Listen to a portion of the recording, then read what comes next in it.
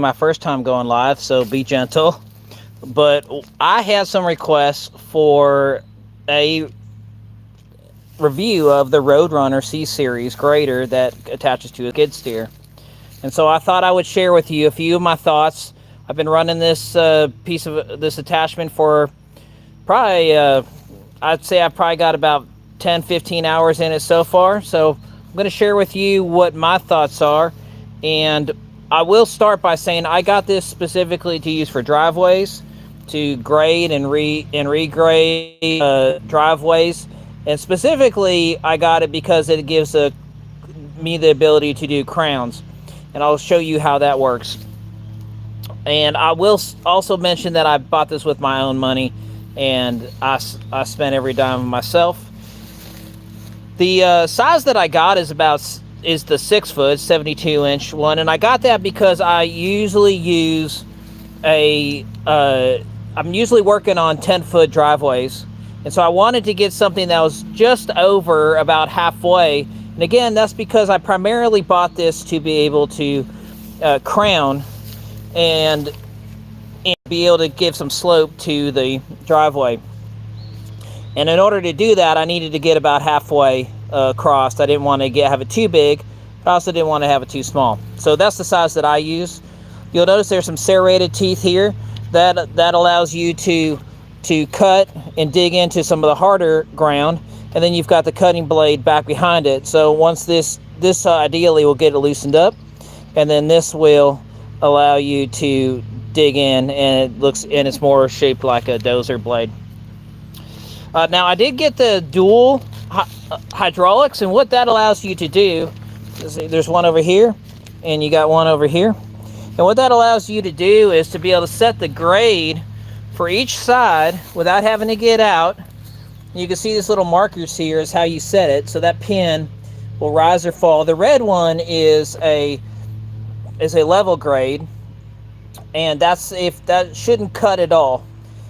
And then you can, if you go up, it'll allow it to go higher than grade, and if you go down, it'll cut into the grade. Now, the reason why I got both sides is because, again, I'm working on it usually in tight areas, and I wanted, which are driveways, and I wanted to be able to work it either direction if I needed to, and either side depending on my situation. Sometimes I just can't turn around.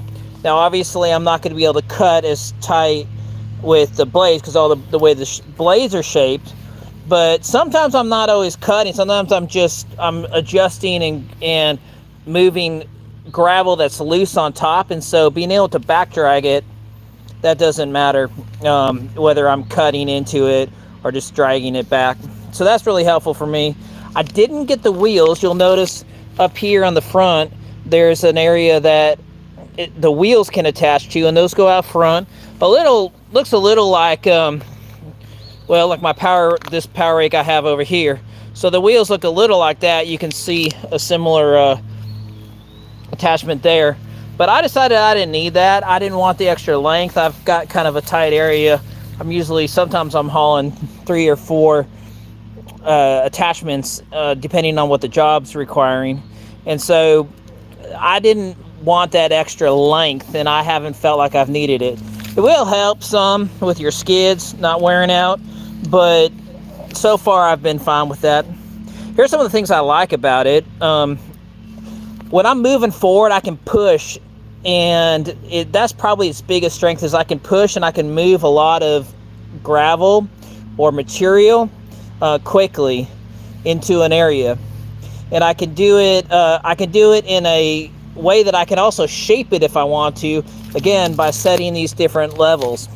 So I can set this. And how you would set it if you wanted to crown it, by the way, is you would put, say if I wanted this to be lower than this side, I would set this side down, and I would probably set it to about here, usually is where I'll start.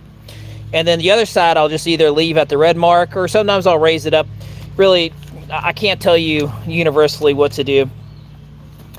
And so what this will allow me to do is allow me to push, and it allows me to cut grade a lot faster than I could say with even the power rake, which I can move dirt with the power rake, but I can't move it, and I can't cut as quickly. This works a lot faster.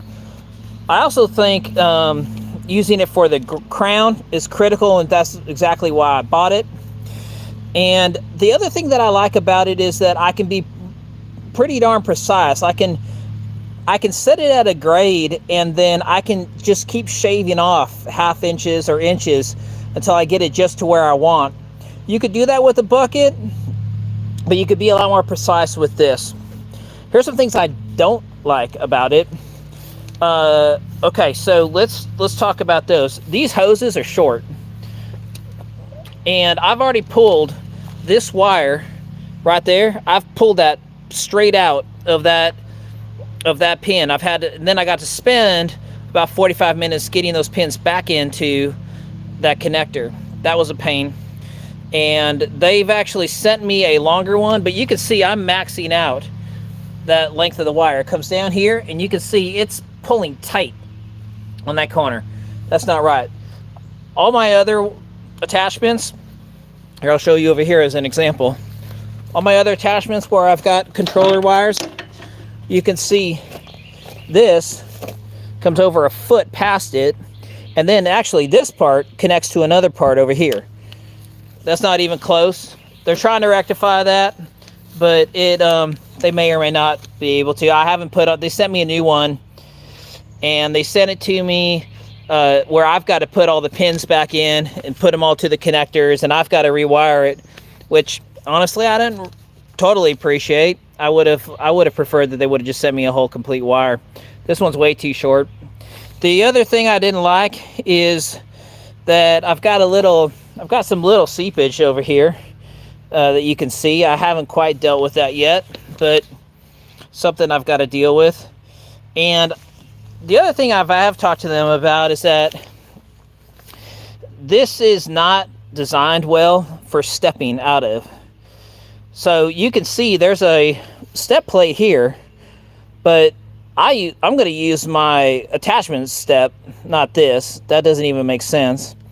And then from there, there's no places to put your feet that has grip. So if it's raining, you're liable to slip, or you've got to be real careful.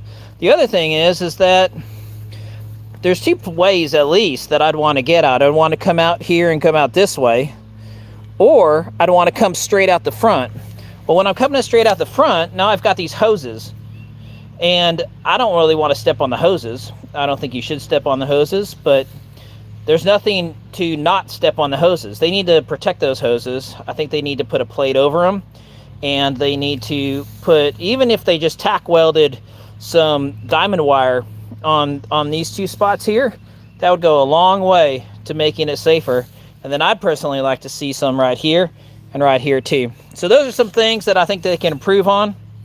Overall, I can tell you it's a good tool, and it's definitely better than a bucket for grading. You can, like I said, you can be more precise, and you can be, there's just more detail, and you can also, it's way easier to set a crown with this than with a bucket. If you are just using a bucket and you don't have a tilt on that, then you've got to get the whole machine set off. And for me, sometimes I just don't have that luxury, because the driveway is on flat ground, or I don't have the room, I'm in a forest, etc. And so being able to stay tight and just on the driveway and set crown is critical, and that's what this is good for. Now you will see them talking about spreading dumped gravel like in a pile with this, and you'll see them do it.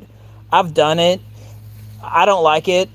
It's okay, but it's way slower than a bucket. So I would definitely say for a bucket, it is definitely the way to go if you're going to just be spreading dumped gravel.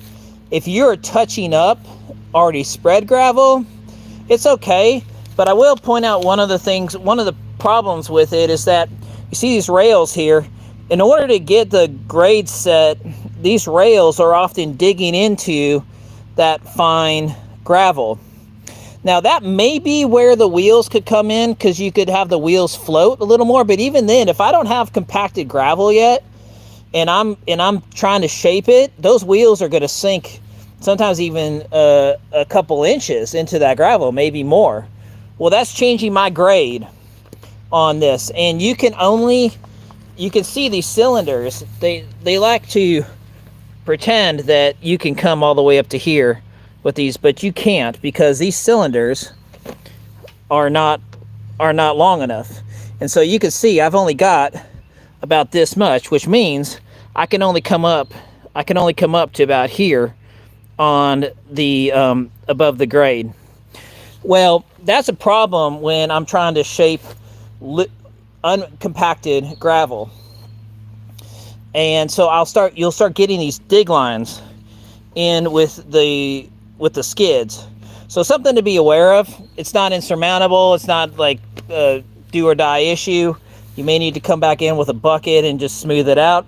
But that is something to think about when you are using this to spread loose gravel. And that's really about it. That's overall.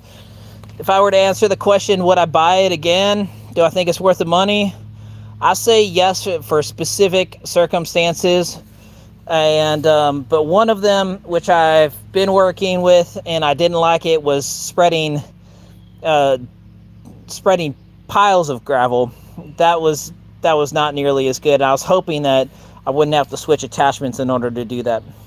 So that is my assessment of this. Would I get the dual hydraulics? For me, absolutely. That is critical. I use that all the time when I'm using it. But for other people, maybe they don't feel they need it. They do sell it as just one hydraulic, so you can just set one side, turn around, and then run the other side. That's about all I got. I appreciate y'all for watching. Y'all take care.